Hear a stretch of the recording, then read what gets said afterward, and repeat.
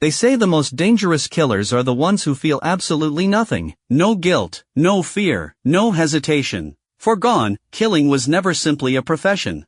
It was the only life he had ever known. After being abandoned as a child following his mother's suicide, he grew up in a world where violence replaced compassion, and survival mattered more than humanity. Over time, death became routine to him, not because he was born a monster, but because he was shaped into one. Gon was never raised to live like an ordinary man. He was raised to function like a weapon. And for years, the weapon performed flawlessly. Cold. Precise. Unshaken. Until a single bullet changed everything.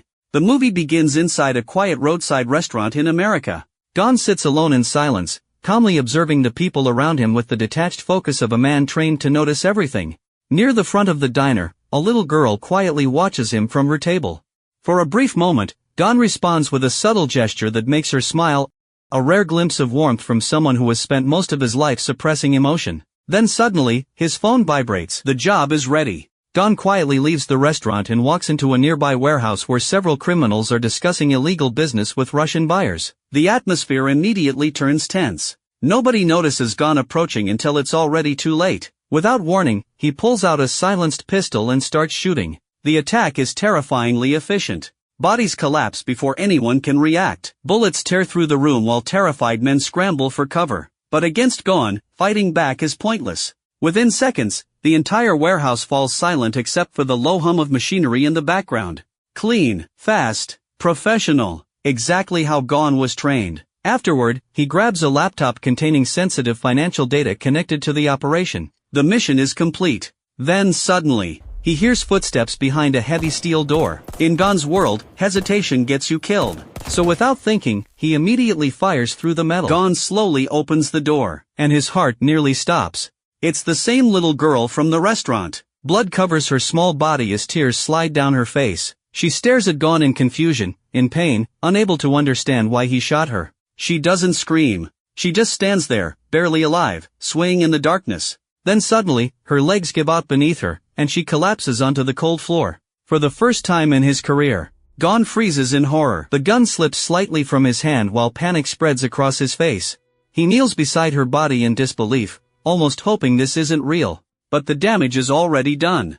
One accidental bullet destroyed an innocent life. And in that moment, the perfect assassin breaks. Later, Gon sits alone inside a dark apartment drinking himself unconscious while replaying the girl's face over and over in his mind. He tries to drown the memory in alcohol, but guilt doesn't disappear that easily. Some ghosts stay alive inside your head long after the bodies are gone. Soon, Gon's partner Chaos arrives alongside two violent enforcers named Alvaro and Juan. They drag Gon to meet Daiban, a ruthless triad boss who treats murder like ordinary business.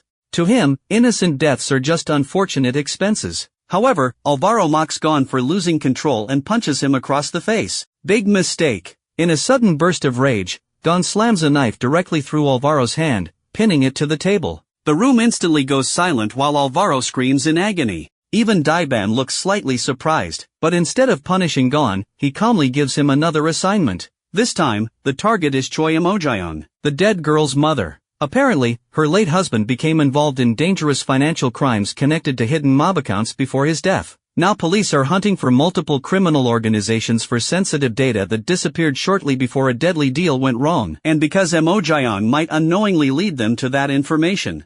Daiban wants her erased too. Gon says nothing. But the emptiness in his eyes tells us everything. Because the woman he's being ordered to kill is already suffering because of him. Shortly afterward, Gon arrives in South Korea. The city glows with cold neon. Seoul feels alive, but emotionally empty at the same time. It's the perfect place for men like Gon to disappear. Using a local fixer named Byun, Gon begins secretly watching Emojion's daily life from a distance. And what he sees slowly destroys him. Every morning, she forces herself to continue living despite clearly falling apart inside. She visits her mentally unstable mother at the hospital. She struggles financially. She drinks alone at night surrounded by memories of her daughter. Sometimes she simply sits inside the child's empty room in complete silence. No screaming, no crying, just grief so heavy it feels suffocating. And the longer Gon watches her, the harder it becomes to pull the trigger. Because for the first time in his life, he's no longer looking at a target. He's looking at someone he ruined. Meanwhile, Detective Park from Financial Crimes begins investigating the conspiracy surrounding Emojayong's late husband. Apparently, a corrupt executive named John Lee has been laundering massive amounts of money for criminal organizations. The man gone killed in America had stolen the account information and planned to sell it before the warehouse massacre happened. Now everyone wants the missing data. The police, the mob, corrupt businessmen, and anyone connected to the information becomes a target. Unfortunately for Emojayong, she's standing right in the middle of the storm.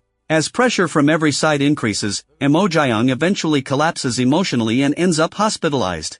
However, Daiban has already lost patience with Gon's hesitation. So he sends another assassin named Azing to finish the mission instead.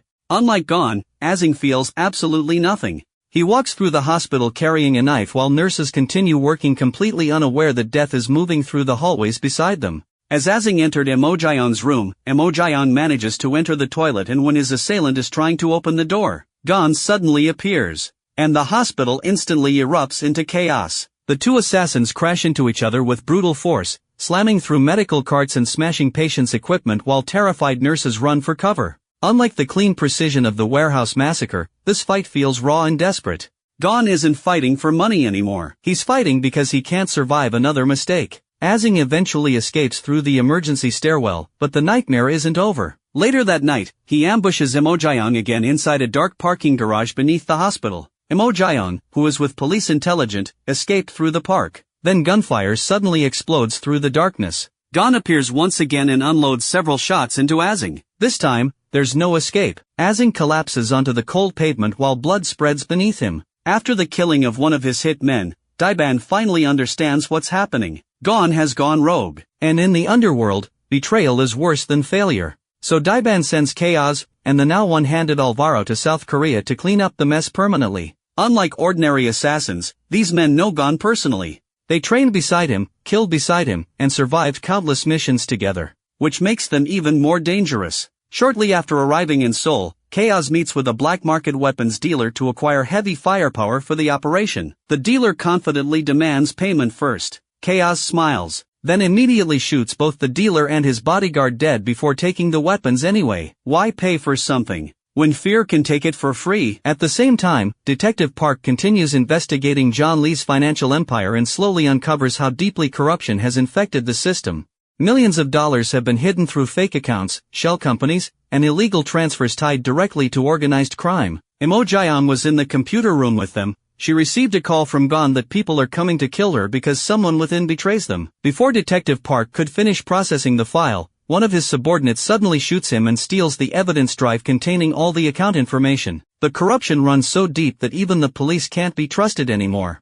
Later, armed men suddenly storm the building. The attack happens fast. Doors explode open. Gunmen flood the hallways. Then Emojayong's phone rings. It's Gon. His voice sounds more urgent than ever before. Run. Seconds later, Gon crashes into the apartment building like a man possessed. Bullets rip through walls while he tears through the attackers with terrifying aggression. Bodies pile across narrow hallways as terrified residents hide inside their apartments listening to the gunfire outside. But the chaos only attracts bigger predators, because waiting outside the building are Chaos and Alvaro. The hunters have officially arrived. Their mission is to ensure nobody go out alive. Gon manages to reach Emojayong and forces her toward an escape route while exchanging gunfire with Chaos' crew. During the confusion, Alvaro secretly captures Emojayong and drags her away into the darkness. Chaos and Juan block Gon's path with heavy gunfire to prevent him from rescuing Emojayong. Meanwhile, John Lee prepares to transfer the illegal money connected to the stolen accounts inside a massive corporate skyscraper. It's his last chance to escape before law enforcement closes in.